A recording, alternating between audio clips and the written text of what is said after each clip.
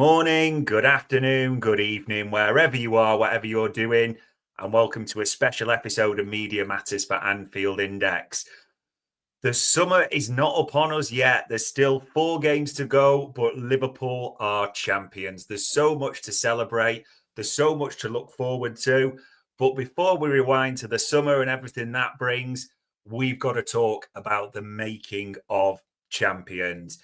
And because we're talking about the making of champions, the only place to start is with the man who wrote the article itself, the renowned and the respected Paul Joyce. Paul, how are we? All good, Dave. You enjoy the weekend? Did I? Yeah, still memories and flashbacks of everything coming back to us. So I met maybe a bit different for a Patch Journo than fans, but what a weekend, eh? Yeah, no, I mean, obviously been covering Liverpool for a long time, and wasn't really quite sure what to expect because that was the first time, obviously, in front of the fans that I've done a title win. So yeah, it was a lot of work going into the sort of game, and then sort of probably eye-opening from an extent as well for myself, seeing just it served as a sort of reminder of what it meant to everybody, really, what it meant to Liverpool fans. And some of the scenes outside when we're sort of waiting for the bus to appear were, I think the players and the manager referenced it afterwards, didn't they? They said that there was no way that the team was going to not win that game. So it's been a good few days if you're a Liverpool fan. Yeah, and it will go long on till the end of the season as well. It will feel a bit of like a 4-week party for many. And I suppose even fast forward into that last day of the season, Paul, you just feel that with the trophy lift, the build-up of everything, that is going to be someday on that last game, isn't it? Well, a few of the people I've sort of spoken to or have interaction with the fans, that they've sort of said that the two greatest sort of days of their lives will be supporting Liverpool, were obviously Sunday, and they've also mentioned the trophy lift as well. So I think it just it'd be hard to imagine the sort of scenes of Sunday being topped, but again, it puts it in perspective that people have waited a lifetime for this, and that shows just what it means. And I guess it will be a massively special moment when Virgil lifts the trophy against Palace on the 25th, and then the next day is the parade around the city, which again is going to be another sort of landmark moment. And I think everybody's going to be trying to spot Jurgen Klopp on the streets of Liverpool because he says he's going to be there and in disguise for that one. So check who you're standing next to would be my advice. Yeah, God knows how he's going to get in incognito, but we'll see if the great man does make an appearance. And for this, I mean, everything about Sunday, we talked at the top of the show, we're calling it the making of champions, which I know is the title of the article that you've done for the Times. It's a brilliant article. It's a lengthy read, but in the best possible way, because there's so much that goes into this.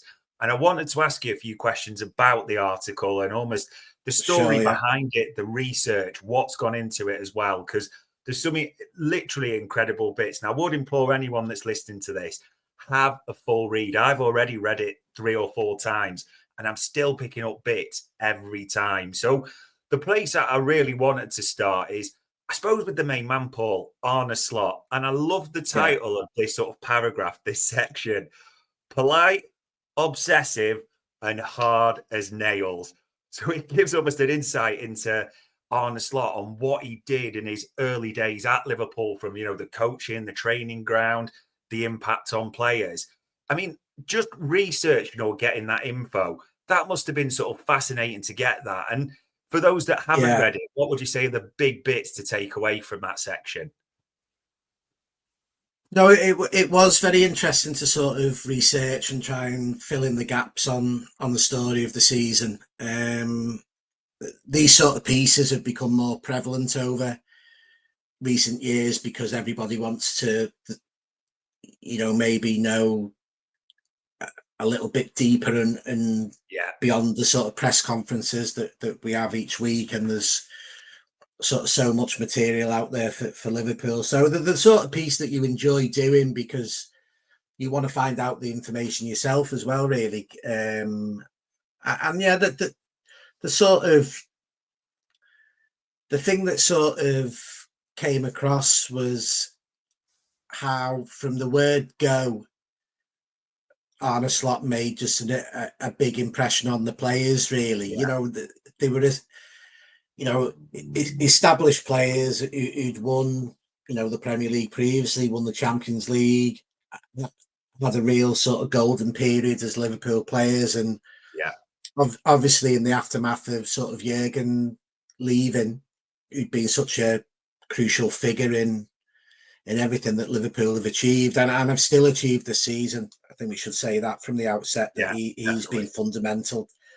fundamental to that as well. So I think if we rewind to sort of last January when he made the announcement, and then April, nobody was really sure of what was going to come. But I think one of the interesting parts for me was that Slot quickly made an impression on the players in terms Yeah. of telling them how they could improve, giving them a lot of individual feedback. And this was whether you're sort of a young player coming, still trying to establish yourself as a sort of, I suppose, seasoned professional, if we could call it that.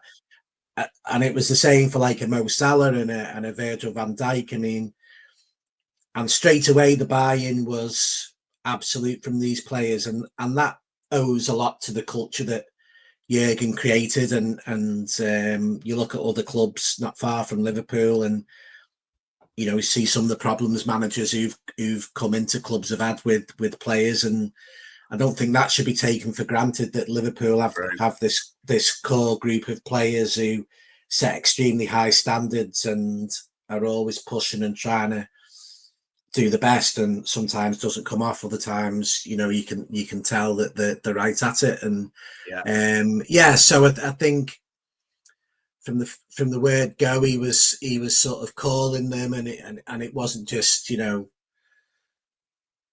great to work with you. It was, we're going to do this and we're going to improve you, and it was sort of described to me that players of the stature of Virgil and Mo came back into training that summer. It's like, we're going to have to impress this man, when the perception may have been prior to that Arne Slot was the one who would have to impress these players, but it was certainly the other way around. And I think that set the tone for the season in terms of his communications being sort of very good, a lot more meetings, pointing out little things that the players can improve upon, and the attention to detail. And I think it has just been a coaching triumph this season. The squad obviously didn't change that much, which again is a sort of insight into Slot's personality, in that he was happy to work with what was there. He didn't make the evolution from Klopp to Slot any bigger than it needed to be. He trusted sort of Richard Hughes and Michael Edwards in the belief that he could get more out of these players. He wasn't a manager, for example, who came in and said, no, I need to mould the team straight away. I need you to sign X, Y, and Z. And I think, as you're trying to speak to people, all these little bits about his personality start to fall into place, and you build up a picture of what he's like, really.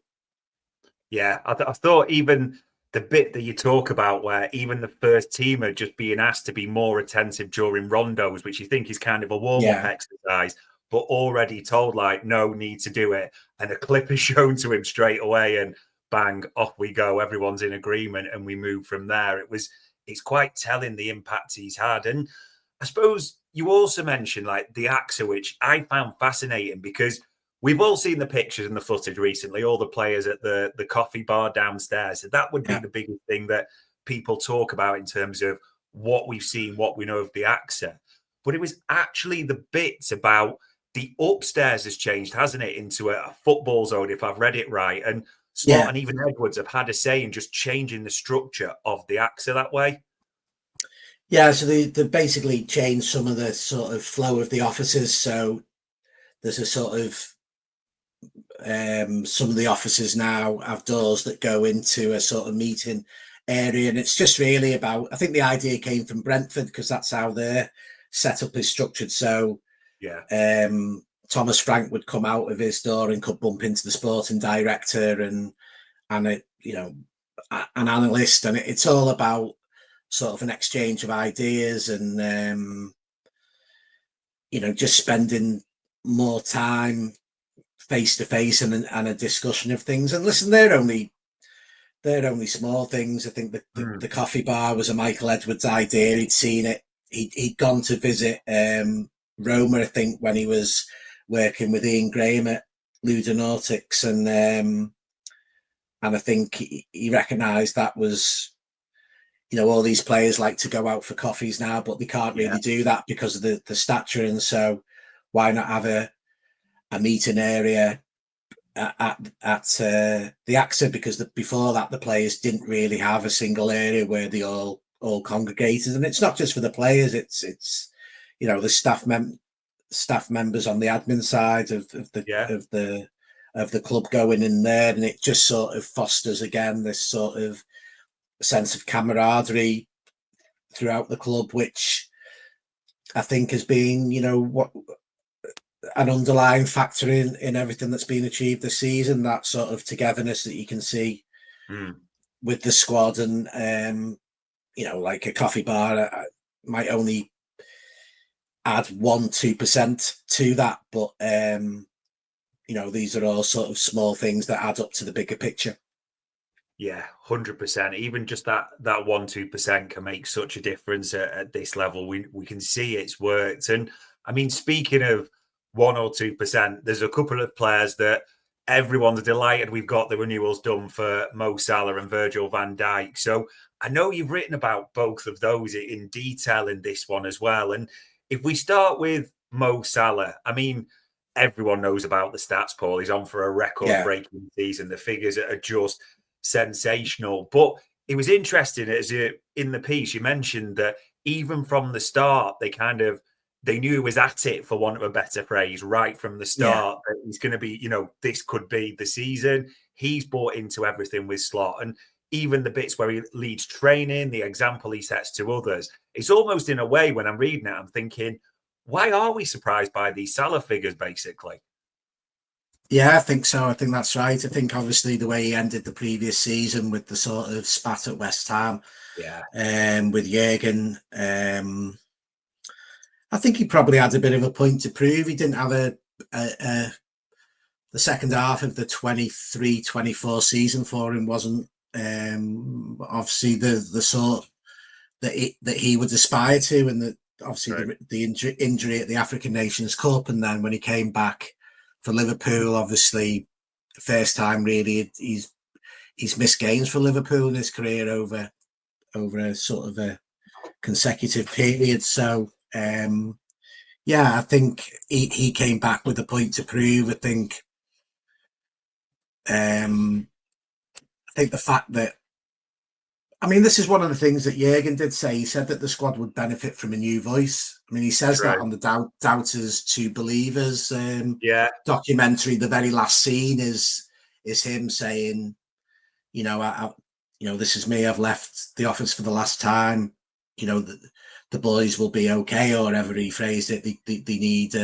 They're a good group. They just need fresh ideas and a fresh voice. And I think for players like Salah, he's benefited from that. I think the thing I didn't really have or one of the aspects I didn't have in the article, which I found interesting from the weekend, was Salah almost saying that he cut a deal with Arne Slot that he doesn't defend, and that's something that I would probably, you look ahead now to Friday's press conference and what sort of questions you would ask, and could probably speak for hours with him, but that would be something I'd be interested in. What exactly was that sort of deal? Because it made it sound like you don't need to track back as much in order to stay at the sort of final third of the pitch or the top end of the pitch. But if you're not tracking back, then your numbers have to be outstanding type of thing. So I found that really a really interesting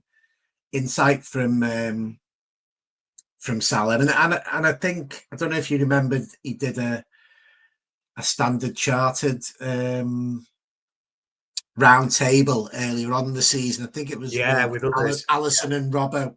Yeah, and he spoke. I thought he sort of probably the best I've ever heard, because we don't really have loads of interviews with him. I thought that was one of the best things I've ever heard Salah say, because he opened up really on his mindset and how little things like earlier on in his Liverpool career, if he missed a chance, it would sort of, he'd get frustrated, and Andrew Robertson said to him, pulled him and said, look, you can't show that to the rest of the group, because it impacts on how the rest of the group feel. If they think that you're down and not having a good day, then that, you know, you're the main man, that affects how we all think. So Salah had said that he'd learned from that to try and smile a bit more, and I think what we've seen over the past year is his development into a leader at Liverpool, probably a very different leader in the way that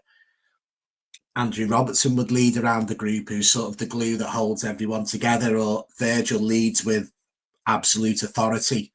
I think somebody described his style of leadership as Mo sort of very much sort of leads by example, the way he looks after himself. And I think some of the players I've noticed, he's become, and this probably sounds a bit daft, he's become less obsessed with his goals and happy to be the creator.